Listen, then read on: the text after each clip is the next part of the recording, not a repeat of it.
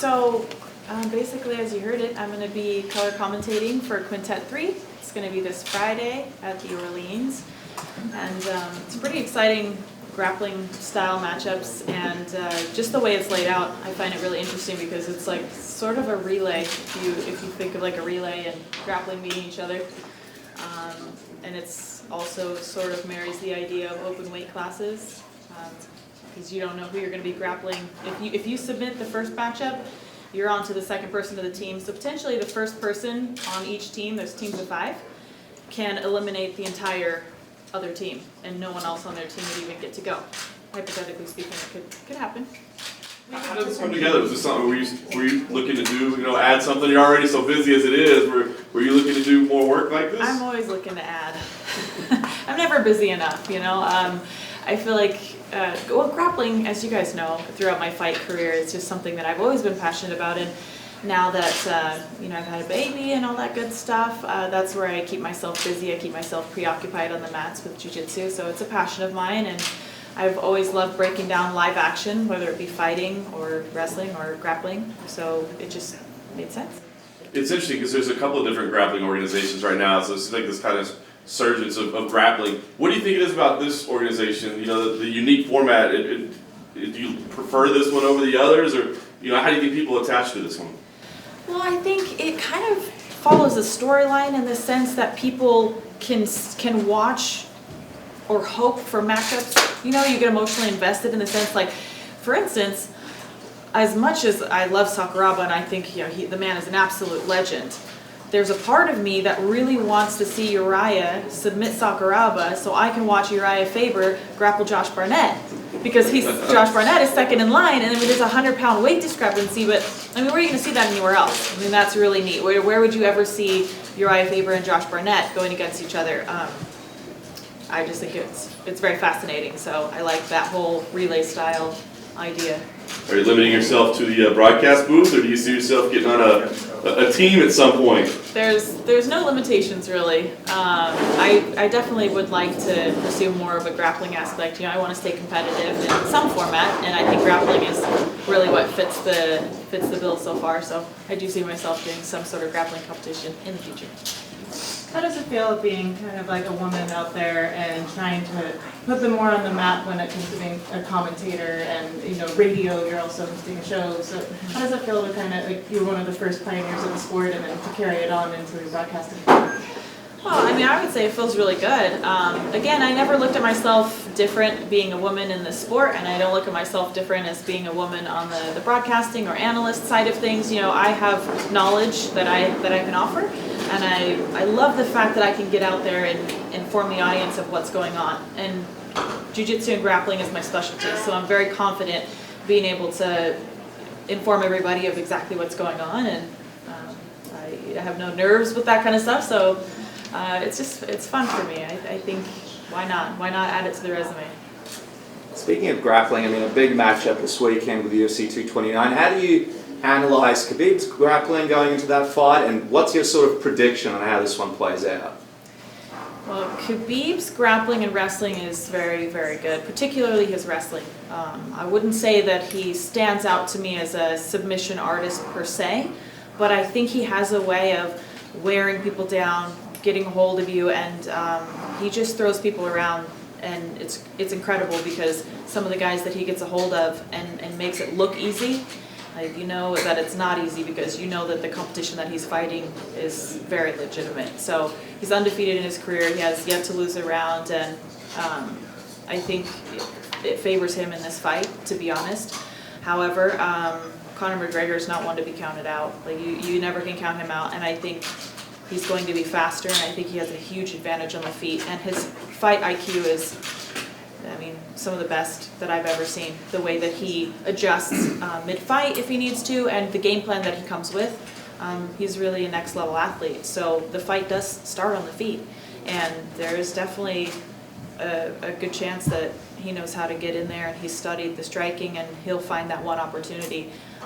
So it's going to be a good fight either way. I either see probably Conor finishing it or possibly Khabib getting a decision. Has the door completely closed on you returning to the UFC?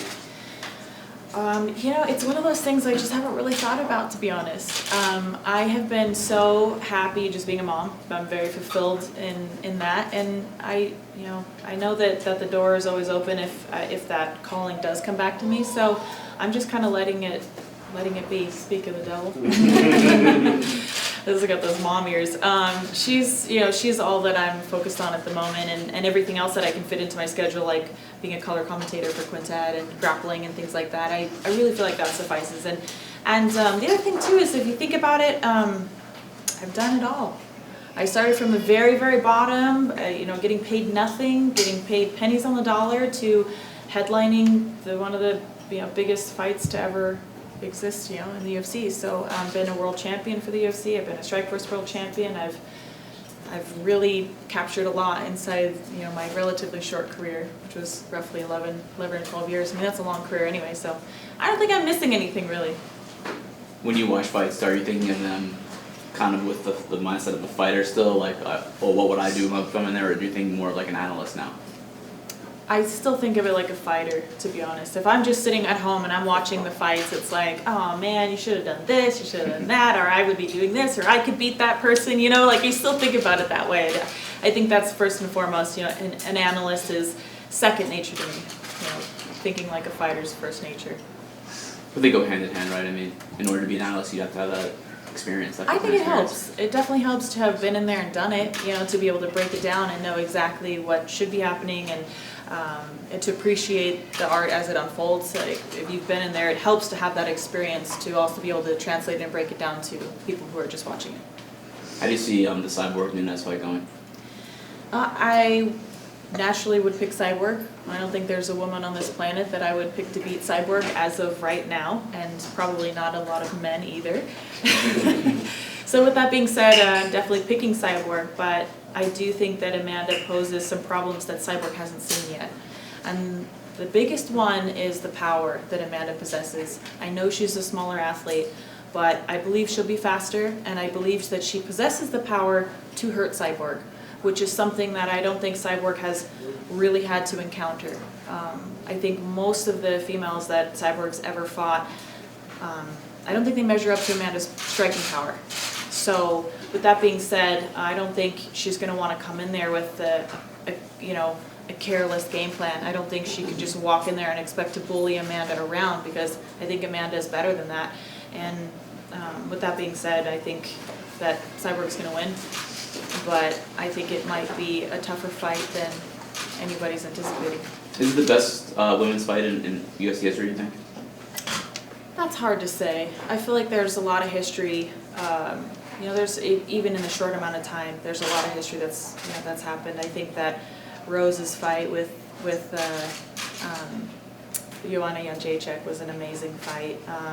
Obviously, this is the first time that two champions have fought each other, so it is a very important fight. But I don't know if it's the biggest fight in UFC history. I suppose it depends how the fight unfolds. To be honest, I think that really has a lot to do with it. I think if it's a great fight and it unfolds, I think it goes down in history as definitely one of the greatest fights to ever have happened for women's mixed martial arts. While we're talking about big fights in women's mixed martial arts, Shevchenko versus Eubanks recently just got, not officially announced, but it looks like that's going to be the main event for UFC 230. A lot of people expected maybe Nate Diaz at first Poirier, maybe for 165-pound title. What do you think about that decision?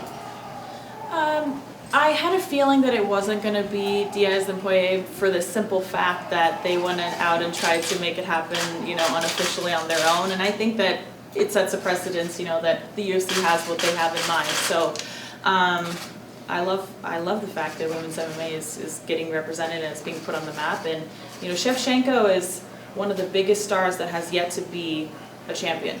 Yeah, and I think in everybody else's book, it's like she's the uncrowned champion. It's just a matter of time until she becomes a champion. So I think this is going to be a good fight. Were you surprised they didn't go with Joanna Jędrzejczyk instead against Shevchenko?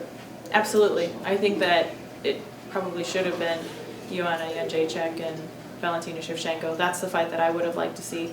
But hopefully we'll see that in the future. I don't know what the holdup is, but I'm sure there's a good reason.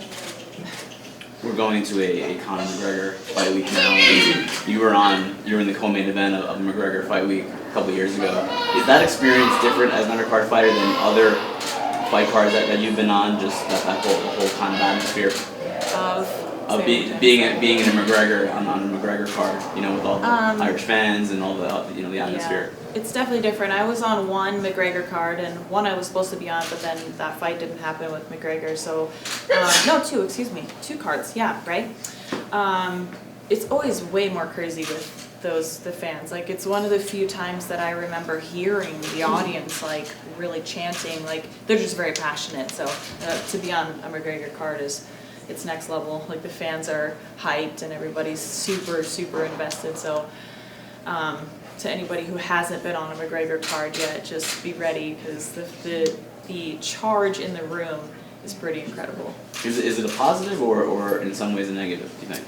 I think it's a positive. It depends if you feed off that kind of energy or not. Everyone's different, but for me, I really enjoyed hearing that the audience was passionate about my fight, that they're invested. I remember when I was fighting Holly, that they would start chanting Holly's name, and then they would rebuttal and start chanting my name, and I heard it, and it's just like you get that energy, and you know that a lot of those people out there are obviously cheering for you, so you wanna like settle the audience dispute and get that win. Miesha, with you doing your own some radio shows and some commentating, you're kind of a part of the media now, and I just wonder if you have any opinions of when you were a fighter about the media, that it changed now that you've become one of us, kind of. Yeah, actually, it's really interesting. So I work with Ryan McKinnell every Wednesday on Sirius XM, so we host the show together, and it's really fascinating sometimes how he breaks down something versus how I break down something, how he thinks about something from the media side. So now I've really started to come full circle and start to understand what it is to be on your guys' side of it, behind the camera, the one asking the questions, those kinds of things. And I feel like one of the things that I find the most interesting is that it depends how you listen to someone when they interview, like how you get your next question. Like, I always appreciate it when I feel like someone's engaging with me in conversation as opposed to just asking like the next question. And I think that separates good analysts, so I always try to remember that when I'm doing an interview on SiriusXM, that I don't want to just ask a question that I bulleted out. Like, I want to really try to be engaged and be in that conversation. It's just not something that I thought about on the other side before.